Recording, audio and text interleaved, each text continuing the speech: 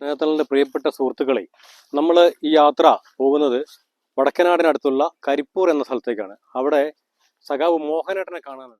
നൂൽപ്പുഴ പഞ്ചായത്തിലെ ജനപ്രതിനിധി നിലയിൽ വലിയ സേവനങ്ങൾ ജനങ്ങൾക്ക് ചെയ്തിട്ടുള്ള ഒരു മഹത് വ്യക്തിത്വമാണ് അദ്ദേഹം. സ്നേഹത്തണലിൽ 10 വർഷം പൂർത്തിയാക്കുന്ന ഈ വേളയിൽ നമ്മുടെ സംഘാടക സമിതി രൂപീകരിക്കുന്നുണ്ട്. അതിലേക്കൊക്കെ അദ്ദേഹത്തെ ക്ഷണിക്കാനും അദ്ദേഹത്തിന്റെ അഭിപ്രായങ്ങൾ കേൾക്കാനുമായിട്ടാണ് നമ്മൾ പോകുന്നത്. ഏത് രാത്രിയിലും ജനങ്ങളുടെ പ്രശ്നങ്ങളുമായിട്ട് ഓടി നടക്കുന്ന ഒരാളാണ് മോഹനേട്ടൻ. സഖാവ് മോഹനേട്ടന് ഇനി എന്താണ് പറയാനുള്ളതെന്ന് അദ്ദേഹത്തിന്റെ അടുത്ത് ചെന്നിട്ട് നമുക്ക് ചോദിച്ച് മനസ്സിലാക്കാം. സ്നേഹത്തണൽ എന്ന സ്ഥാപനം തുടങ്ങിയിട്ട് 10 വർഷത്തോളമായി. 10 വർഷം തികയ്ക്കുന്ന ഈ വേളയിൽ നമ്മളെല്ലാവിധ ഭാവങ്ങളും നേരിയാണ്.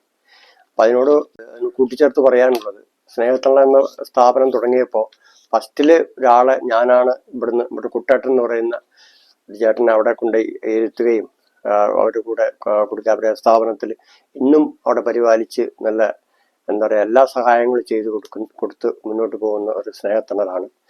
അപ്പോൾ അവിടെ ഒരുപാട് ഈ വീട്ടുകാർക്കും നാട്ടുകാർക്കും എന്ന് വെച്ചാൽ കുടുംബങ്ങൾക്ക് വേണ്ടാത്തവരെ സ്നേഹത്തണൽ സ്ഥാപനങ്ങളിൽ കൊണ്ടുവരികയും അവർക്ക് ഭക്ഷണം, ഫുഡ്, എല്ലാവിധ സൗകര്യങ്ങളും ചെയ്തു കൊടുക്കുകയും അവർക്ക് വിനോദത്തിന് അതിനുള്ള സൗകര്യം ചെയ്തു കൊടുക്കുക. അങ്ങനെ ഓരോരോ കാര്യങ്ങൾക്ക് സ്നേഹത്തണലിന്റെ പ്രവർത്തനം നല്ല രീതിയിൽ മുന്നോട്ട് പോകുന്ന ഈ വേളയിൽ 10 വർഷത്തോളമായി.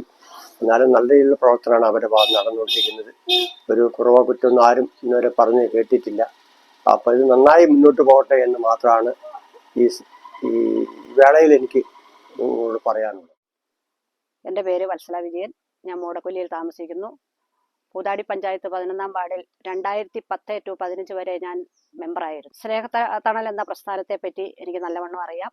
സുരേഷ് PG എന്ന ആളാണ് ഈ സ്നേഹത്തണലിന്റെ ചെയർമാൻ. പാവപ്പെട്ടവരെ സംരക്ഷിക്കുകയും ആരോരും ഇല്ലാത്തവരെ കണ്ടെത്തി അവർക്ക് വേണ്ടുന്ന കാര്യങ്ങൾ ചെയ്തു കൊടുക്കുകയും മീനങ്ങാടി കൊമ്പ്ളേരി പോത്തുകെട്ടി എന്ന് പറയുന്ന സ്ഥലത്താണ് ഇപ്പോൾ അവർ താമസിപ്പിച്ചിരിക്കുന്നത്. അതുപോലെ തന്നെ അവരുടെ എല്ലാ കാര്യങ്ങളും, അവരുടെ വസ്ത്രം, അവരുടെ മരുന്ന്, എല്ലാ കാര്യങ്ങളും കൃത്യമായിട്ട് നോക്കുകയും അതുപോലെ തന്നെ പാവപ്പെട്ട രോഗികൾക്ക് മുട്ടയും പാലും വിതരണം നടത്തുകയും ഒക്കെ ചെയ്യുന്നതാണ്. എനിക്കറിയാം, ഞാൻ അവരുടെ കാര്യങ്ങളിലൊക്കെ പങ്കെടുത്തിട്ടുണ്ട്. ഈ പാവപ്പെട്ടവർക്ക് വേണ്ടി ഫീൽഡിൽ വർക്ക് ചെയ്ത ഒരാളും കൂടിയാണ് ഞാൻ. എനിക്ക് നല്ലവണ്ണം അതുകൊണ്ട് അറിയാം. അതുകൊണ്ട് സ്നേഹത്തണലിന്റെ പ്രവർത്തനത്തിന് എല്ലാവിധ ആശംസകളും നേർന്നുകൊണ്ട് നിർത്തുന്നു. നന്ദി, നമസ്കാരം.